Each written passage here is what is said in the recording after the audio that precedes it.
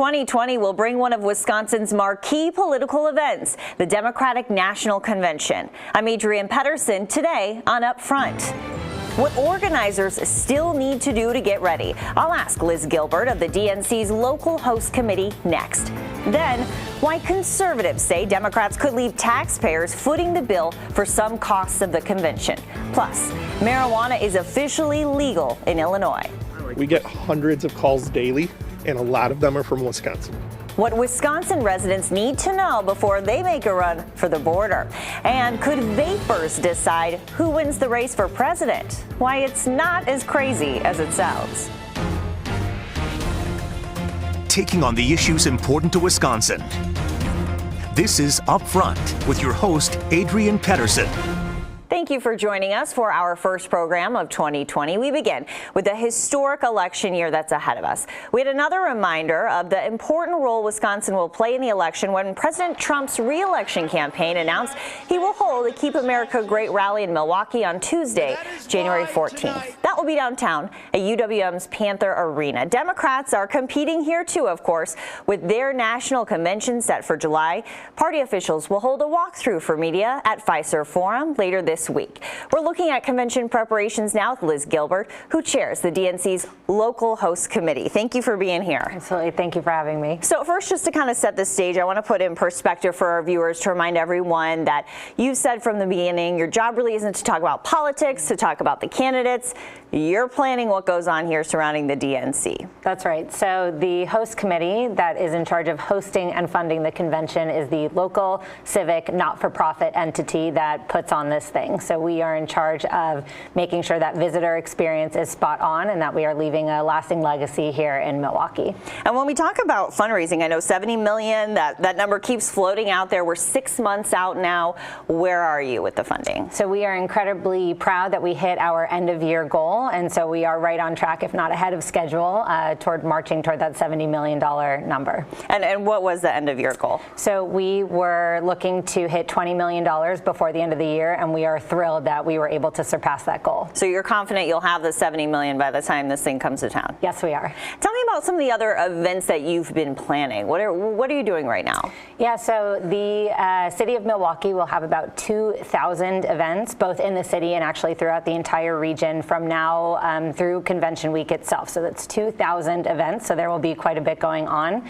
For us as a host committee, we are hoping that when folks come to town to look at venues and figure out where to host their events, that we are acting as a concierge service and providing the opportunity to match venues with those coming to town to make sure that the events are as great as possible. For us as a host committee, we are also looking at hosting 3 large-scale events.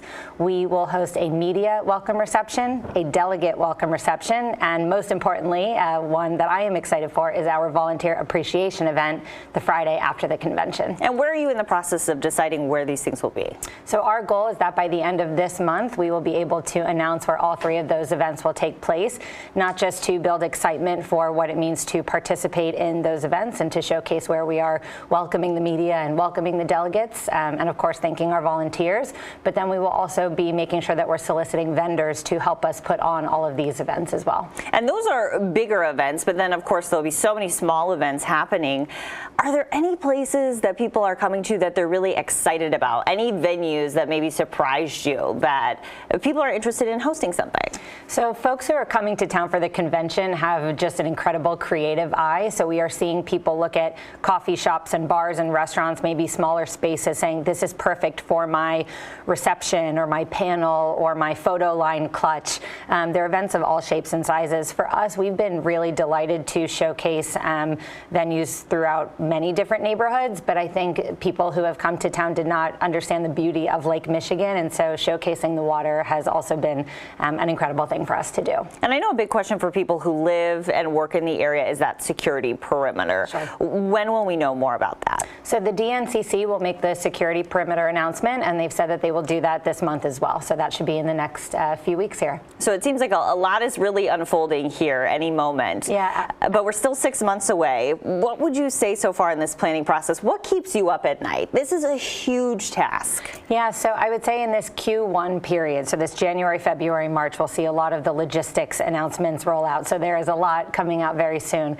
For me, what really keeps me up at night is not the logistics. It's making sure that people who are in Milwaukee and all over Wisconsin, quite frankly, know how to touch this convention. We want to make sure that people all over this incredible state know how to plug in and know how to be involved. And so what keeps me up at night is making sure we are getting the community engagement piece right and recruiting our volunteers and making sure people from throughout the entire region know how to make this convention their own. And I think that's kind of a concern that you hear, and perhaps it's happened in other cities before where the convention comes to town and people didn't get the business that they had hoped. Sure. How do you fight that?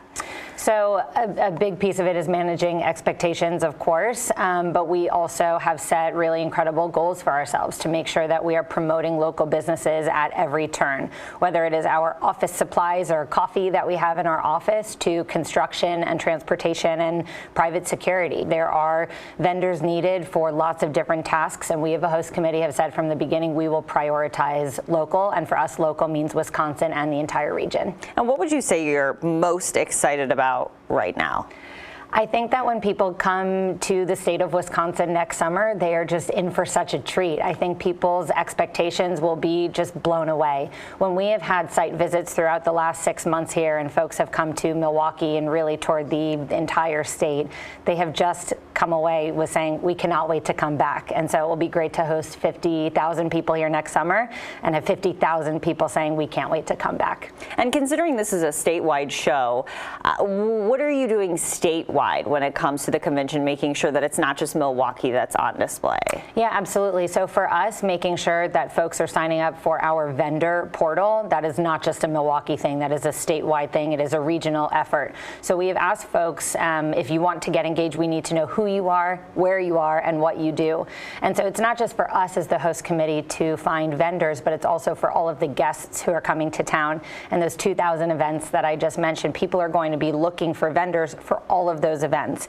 And so these events will happen not just in downtown Milwaukee, they will happen even not just all over Milwaukee County. It will be really all over the state. A big part of that is that we have folks staying in hotels all over the state. And so these are people who will want to have events in their different clusters and put on different meetings and showcase different components of where they are staying during the convention. And because we will have guests all over the state, that is a big piece where we will focus on making sure we're enhancing the local efforts throughout all of Wisconsin. And there are a good portion of guests who are staying in Illinois. Is there any concern with getting them back and forth, that the construction will be on time, that they'll have a good experience when they come? So one of the coolest things about working on this project, this is my third national convention, so I come with experience of what the host committee timeline of events looks like. And I can say with incredible confidence that we are way ahead of schedule. And I bring that up because our conversations revolving security, transportation, they're all really moving ahead much more quickly than usual. I think we have a team that started here and hit the ground running at a speed that is just so amazing. We have incredible partners throughout the entire region, so that includes in Illinois as well, making sure that we are getting this right, and folks who will have that longer commute to get to the Fiserv Forum every day that they're here for the convention, that it is an efficient and speedy and safe route to get down here. Okay, Liz Gilbert, this is the year of the DNC. Yes, thank you very much. Thank you. The Conservative Wisconsin Institute for Law and Liberty is asking that the Wisconsin Elections Commission be held in contempt of court. Will says the commission is failing to comply with a court order to purge voter rolls of addresses that are believed to be outdated. That recent court order could affect tens of thousands of voters. Many have moved and haven't notified elections officials. You'll find the full story on the election blog kept by our editorial partner, WizPolitics.com. Coming up, another perspective on the Democratic National Convention, why some conservatives say Milwaukee's mayor and other Democrats have overpromised and might underdeliver. And later, get some flour and some edibles. Long lines for legal weed in Illinois, the complications that's creating in Wisconsin. We'll have that when Up Front continues.